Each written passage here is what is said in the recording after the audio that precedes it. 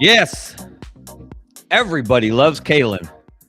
We should turn it into a sitcom since every school in the country seems to want to hire Kalen DeBoer away from Alabama.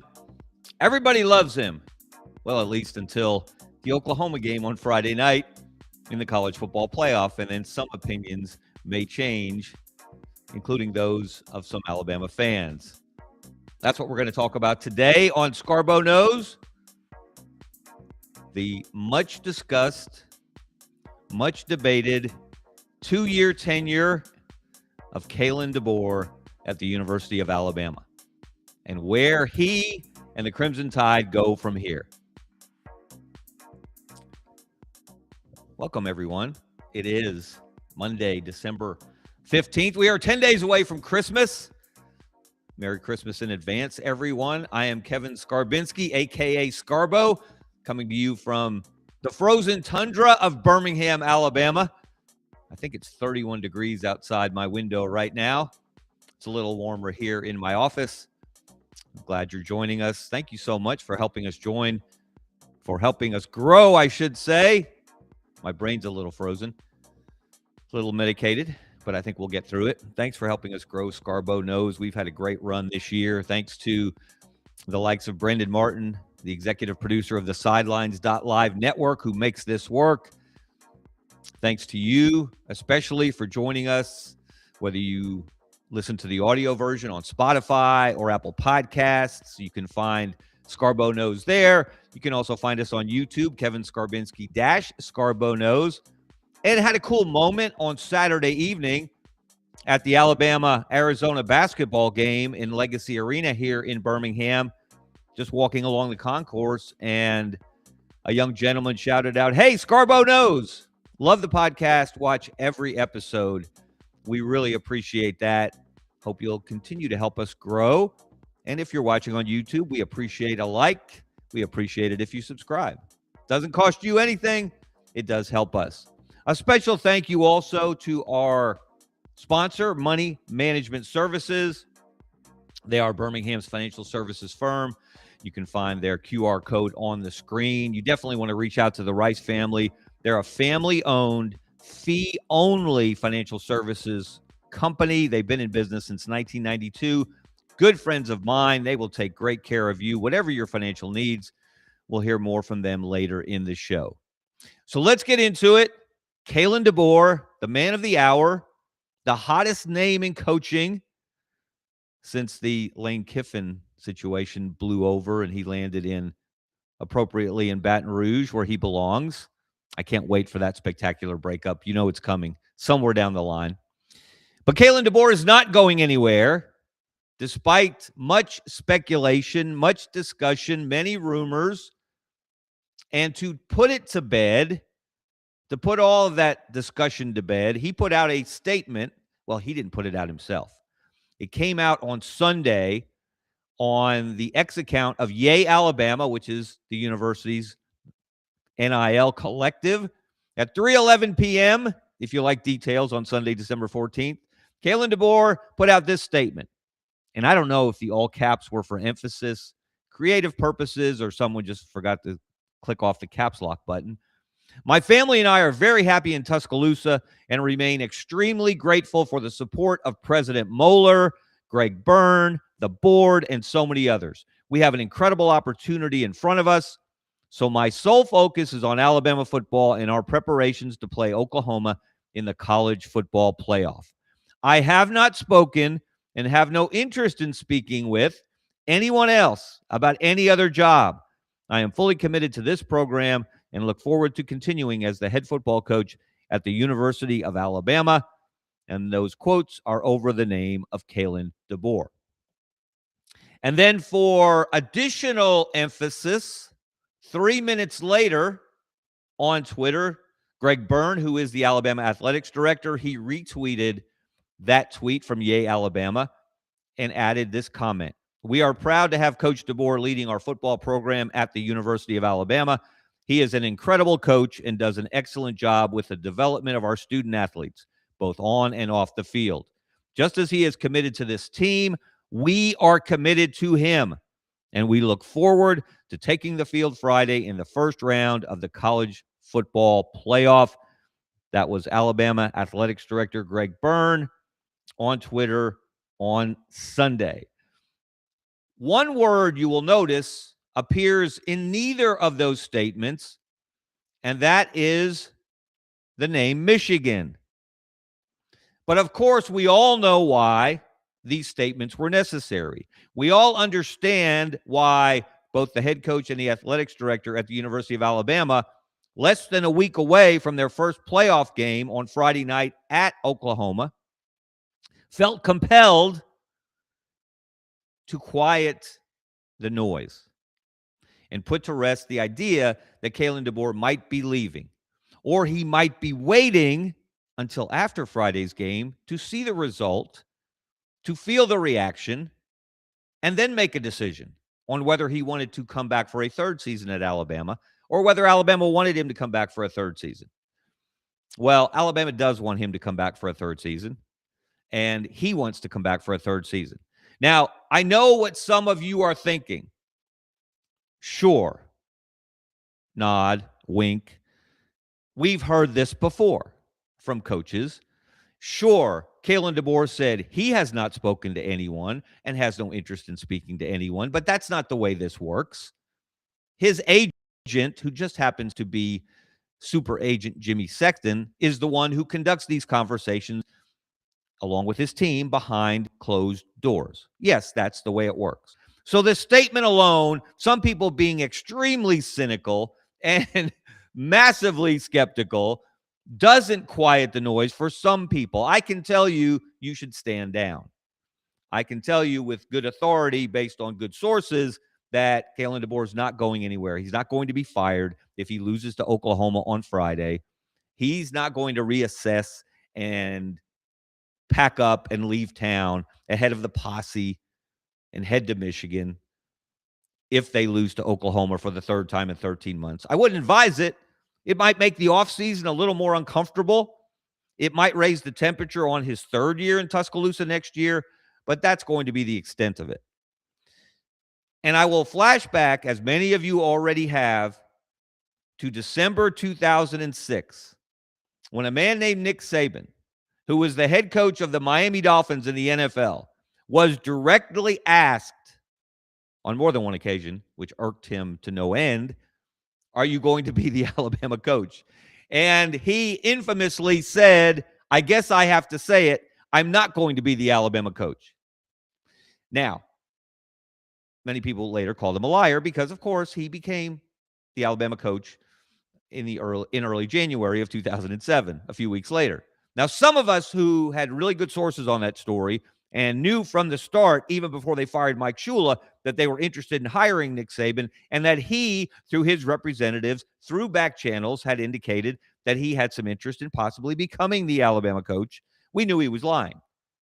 There's not really anything else he could have done at that point. But because of that, that was ground zero for all coaching statements going forward about job opportunities. And no matter what a coach says in these circumstances, ever since December of 2006, has been meaningless to some people. And in some cases, it has been meaningless because coaches have to say something. I'm sure today, we're recording this, an hour or two before, maybe less than an hour now, before Kalen DeBoer does his regular weekly press conference on game weeks. And he'll talk about the Oklahoma game, and I'm sure he'll be asked about the Michigan job and the Sunday statement, et cetera, et cetera, et cetera. But it was important that he put this to bed because there were some strong winds blowing this way from Michigan. And why did that happen? Why did all of a sudden Kalen DeBoer become the hottest name on the coaching board for the University of Michigan? Because, well, a Michigan man went down. Another one. Sharon Moore, in one of the more unbelievable downfalls in college football history. Every time you think we've seen it all, it can't get worse. We see something new, and it does get worse. Sharon Moore, after 2 years as the head coach at the University of Michigan, he, of course, was elevated to that position from Jim Harbaugh's staff after Harbaugh and company won a national championship and then went on to the NFL. Sherrone Moore was fired, and then he was arrested. And then he was charged with 3 counts: felony third-degree home invasion, misdemeanor stalking, and misdemeanor breaking and entering. Because according to the University of Michigan, he had an inappropriate relationship with a staff member. Now, I'm not going to dive into all the details of this sordid affair. Although disgraced former Michigan staffer / coach is becoming far too frequent a phrase. And the things that Sherrone Moore has been accused of in having this relationship and his reaction to the relationship being discovered and him being fired as a result, allegedly, according to the preliminary hearing last Friday, going to the individual's home, the staff member's home, threatening not to kill her, I understand, but to kill himself so she could watch and his blood would be on her hands. Unbelievable stuff. He makes Connor Stallions, the secret agent man's cheater extraordinaire, look like a Boy Scout. So I don't know what's in the water at Michigan. I don't know if Dave Portnoy has injected some kind of poison in the program, but it's not a good time to be a Michigan man or to become a Michigan man. So why would Kalen DeBoer leave Tuscaloosa, leave Alabama, one of the premier programs in the country, certainly one of the iconic brands in college football, and jump into that cesspool? He's far smarter than that. And he's not on the hot seat in Alabama. That's the problem. Too many people have assumed he lost 4 games last year. If he loses a playoff game, he's going to have lost 4 games this year. 2 straight 4-loss seasons. That's just not done in Tuscaloosa, Alabama. They don't stand for that at the University of Alabama. That's not the Bama standard. Even former players, or at least one former player, are talking in those terms. One former player in particular, Damian Harris, not a bad running back during his time in Tuscaloosa. He is now a college football analyst for CBS Sports, and he was on a podcast on Friday in which he shared this sentiment. Yeah, in my opinion, I think his job is on the line with this game, Akeem, and I think that there's a lot of reasons why. I think his job is on the line with this game. His job, of course, refers to Kalen DeBoer, and this game refers to the Alabama-Oklahoma first-round playoff game on Friday. One of the more absurd things I have ever heard a former Alabama player say. Now, let's put this in perspective. Damian Harris was a really good running back at Alabama. He was there from 2015 through 2018. He ran for 2,800 yards in his time in Tuscaloosa, 21 touchdowns. He had 52 catches for 407 yards, another couple of touchdowns. He was a really good football player and a really bright guy, a joy to interview, always had interesting perspectives on different issues of the day. But he is so far off base on this. And think about what he is saying. And he went on to say in that podcast that this isn't the Bama standard. 4-loss seasons. That doesn't fly in Tuscaloosa because that's not the way it worked under Nick Saban, because Nick Saban raised the bar. What he fails to say, well, let's just look at Damian's career for a second. Again, 2015 through 2018. For 4 straight years, Damian Harris played on Alabama teams that played in the national championship game. If that's your standard, every coach from now until the end of time is going to fail because that will never be done again. Not in the way college football is conducted in 2025 and will be conducted in 2026 and beyond. Not with NIL, not with a transfer portal, not with the professionalization of college football, the ability of players to make money and to change locations rather frequently. You're not going to sustain excellence that way ever again. But even in that unprecedented run of excellence that Saban and company put together in Tuscaloosa, in those 4 consecutive national championship games, Alabama won one, lost one, won the next one, lost the next one. So they went 2-2. Now, 2-2 is 500. 500 is mediocrity. Should we reassess the Saban era? Should we revisit Damian Harris's career and suggest that it was just mid because they lost 2 national championship games of the 4 they played in? Of course not. That's absurd. And it matches the absurdity of what Damian Harris said about Kalen DeBoer's job being on the line Friday night. And there's no other way to interpret that phrase. I don't know if Damian has come back and tried to explain himself on that point. If he has, I haven't seen it. But job is on the line means you win or you're gone. There's no other way to look at that. And that, of course, is absurd. And that was verified, if you will, by what Greg Burns said on Sunday. And I can tell you this from my own reporting and talking to people behind the scenes that know what's going on. Alabama is happy with Kalen DeBoer. They are quite pleased with the job that he has done in Tuscaloosa. Now, would they prefer that they had gotten to the playoff last year? They were on the cusp. They were the first team out, if you will. Of course they would have. They would have loved to have been in the playoff last year. Would they have preferred not to lose to Georgia by 3 touchdowns in the SEC championship game and climbed on that podium and raised another trophy? Of course they would have. But they're very happy with the job Kalen DeBoer has done. He has room to grow. There is certainly room for improvement. And there will be howling if they lose to Oklahoma on Friday. And we're going to dive into that game. We're not going to get into it today. On Thursday, on our next show, we will break down the game. We will tell you who's going to win and why. It looks like a coin flip from here, but we'll get into it in more detail on Thursday. But he got to the playoff in his second year. That is no small accomplishment. Should not be devalued. But if you would like Damian Harris, and there are Alabama fans that agree with Damian Harris, and what's interesting is many Alabama fans do not agree with Damian Harris and have clapped back at him, as I did on Twitter on Friday night or Saturday morning, I can't remember which, and got a lot of agreement from the Roll Tide Nation that they don't like what Damian Harris said. They don't believe what Damian Harris said. They know that they have the right coach to follow Nick Saban, to try to uphold that standard. And they don't appreciate a former player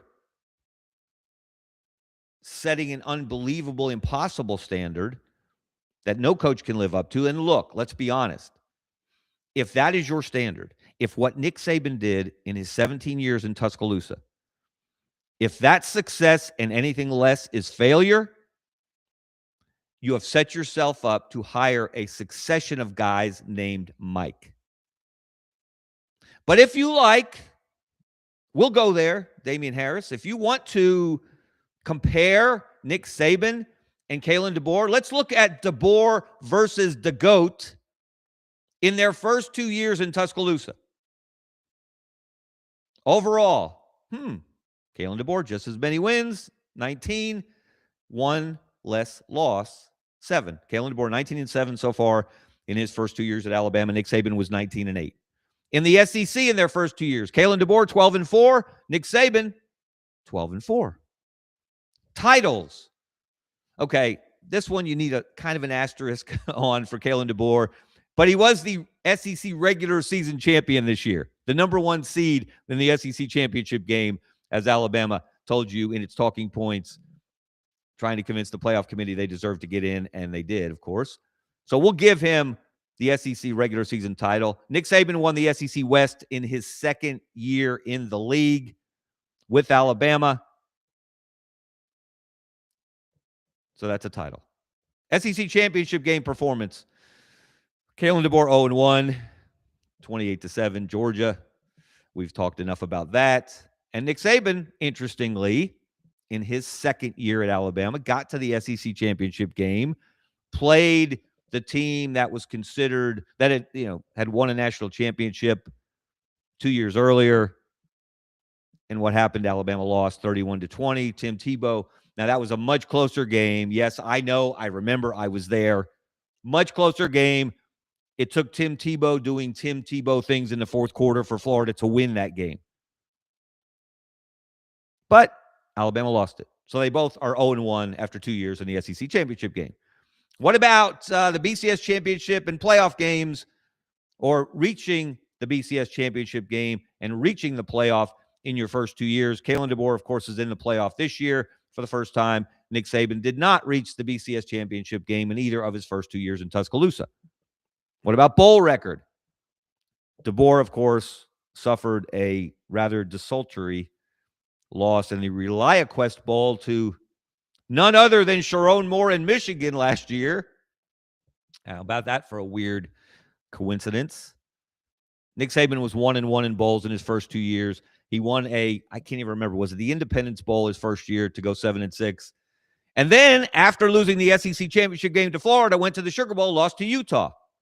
So he was 0-2 at the end of his second year, which could happen to Kalen DeBoer if they lose Friday night. And then in the Iron Bowl, advantage DeBoer, he's 2-0 against Auburn. Nick Saban was 1-1 in his first 2 Iron Bowls. Now, I know what you're thinking. I know what some of you are saying. The Alabama program that Kalen DeBoer inherited from Nick Saban was in a much stronger position than the Alabama program that Nick Saban inherited from Mike Shula, and you are absolutely right. But what some of you seem to forget, what has escaped your memory, is as in over his head as Mike Shula may have been as the Alabama head football coach. It was not 4 years of terror and turmoil. In his next to last year in 2005, Shula and Alabama were 9-0. They were ranked, I think, number 4, and they played number 2 LSU with Jamarcus Russell, if I recall, in Tuscaloosa. The game went to overtime. LSU prevailed, and Alabama was so gutted by that loss, they went to Auburn and got run in the Iron Bowl, and that's the honk if you sacked Brody Croyle game. And Auburn put all kinds of pressure on Brody, not unlike Georgia did to Ty Simpson in this most recent SEC championship game. So there were players. Mike Shula, Alabama has always had players. Not as many of them as Saban was able to acquire and develop. But it wasn't a complete disaster. So there is a comparable record there in their first 2 years in Tuscaloosa between Kalen DeBoer and Nick Saban. And no. Stop yourself right there. I am not saying that Kalen DeBoer is Nick Saban. I am not saying he is a reasonable facsimile of Nick Saban. They are different coaches at different times under wildly different circumstances in college football. They have different approaches. They have different personalities.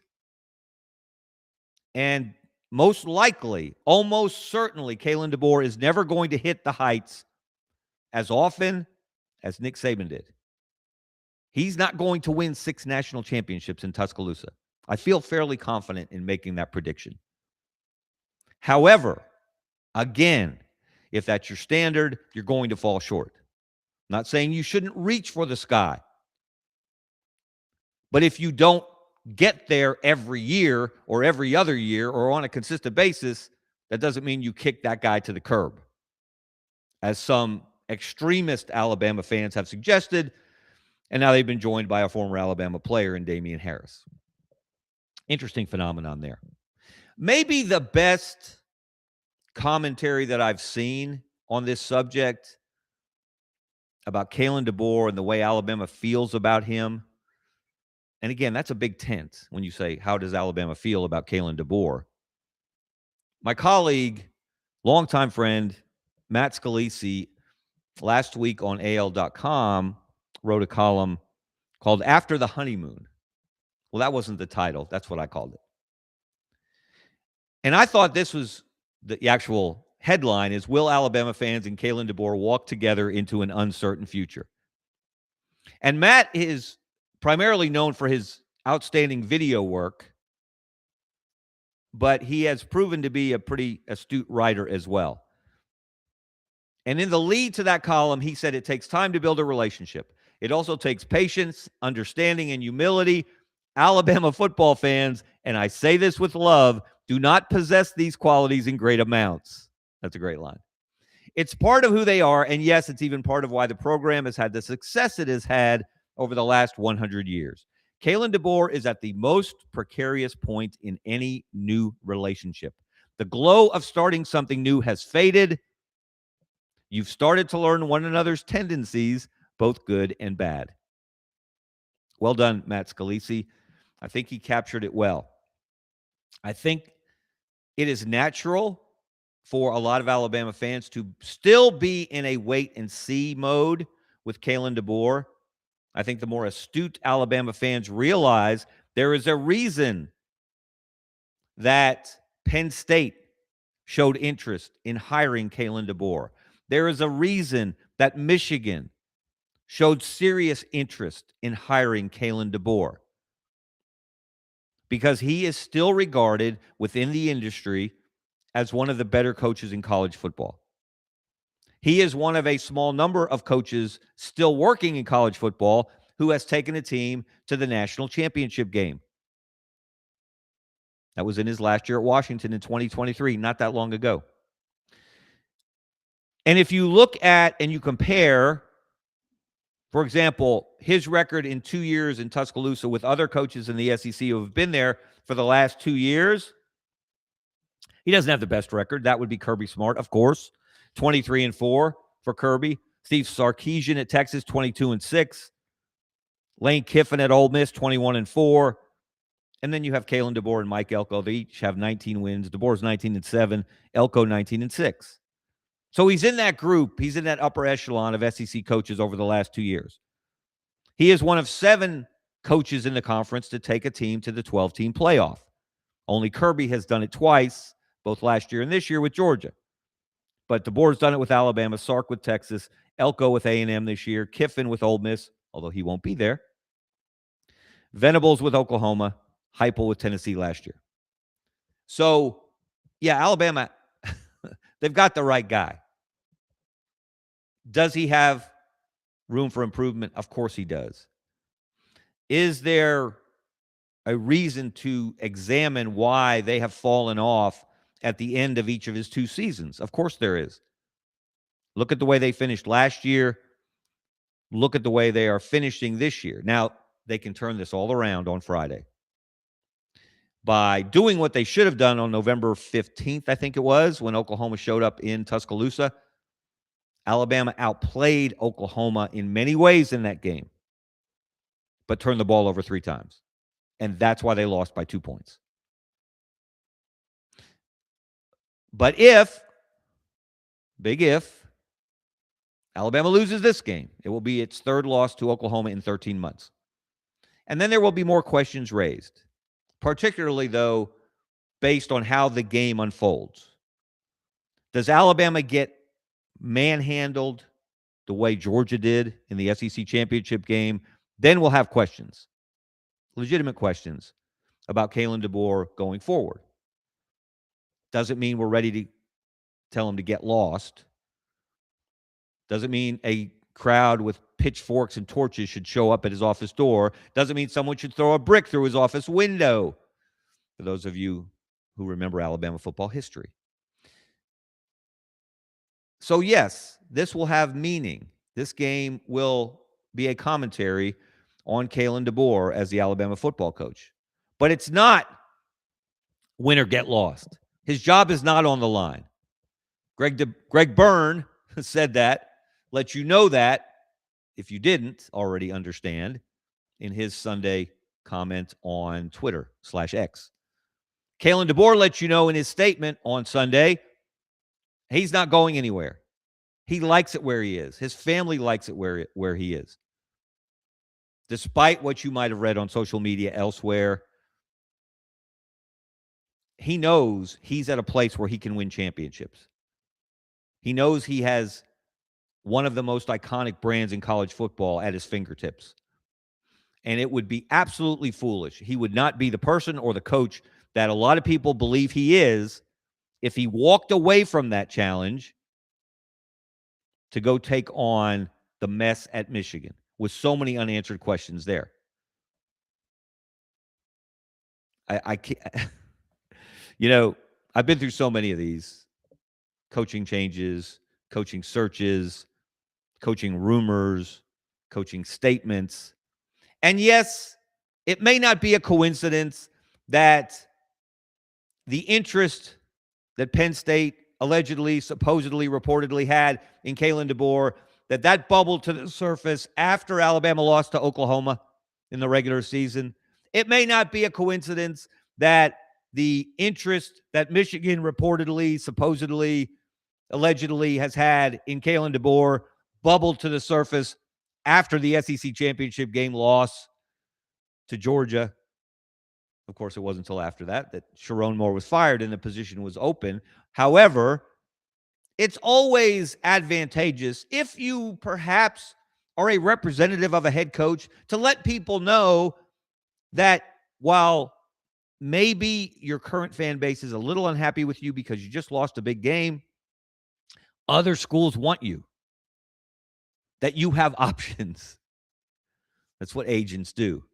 I'm not saying that the Penn State and Michigan links were totally made out of whole cloth by Jimmy Sexton Inc. Okay? I'm not saying that.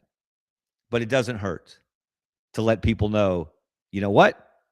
You don't like this guy? Other people like my guy. You don't want him to continue as your coach? Other people would love to have him as their coach. Funny how that all works. So I'm glad we can move beyond the Kalen DeBoer 2 fill-in-the-blank portion of the season, and we can get back to focusing on the field because Alabama does have a playoff game to play on Friday night. The college football playoff kicks off in Norman, Oklahoma. 12 teams. Yes, I said 12. I know the odds for James Madison and Tulane. 12 teams in pursuit of a national championship. Let's talk about actual football next time, and we will on Scarbo Knows with Kevin Scarbinsky. Thank you so much to everyone for watching. Thank you, Ben Martin, the producer on the Sidelines.live network. Make sure you check out all the great shows on the network. And most of all, thank you to you for watching and listening. And now, let's hear a word from our sponsor, Money Management Services. Until next time. Since 1992, Money Management Services in Birmingham has provided individuals and business owners with trusted, fee-only financial advice. We're more than advisors, we're your financial family. From retirement planning to tax strategies and estate planning, our team builds personalized wealth management plans tailored to your life. At Money Management Services, we treat you like family because when you walk through our doors, you become part of ours.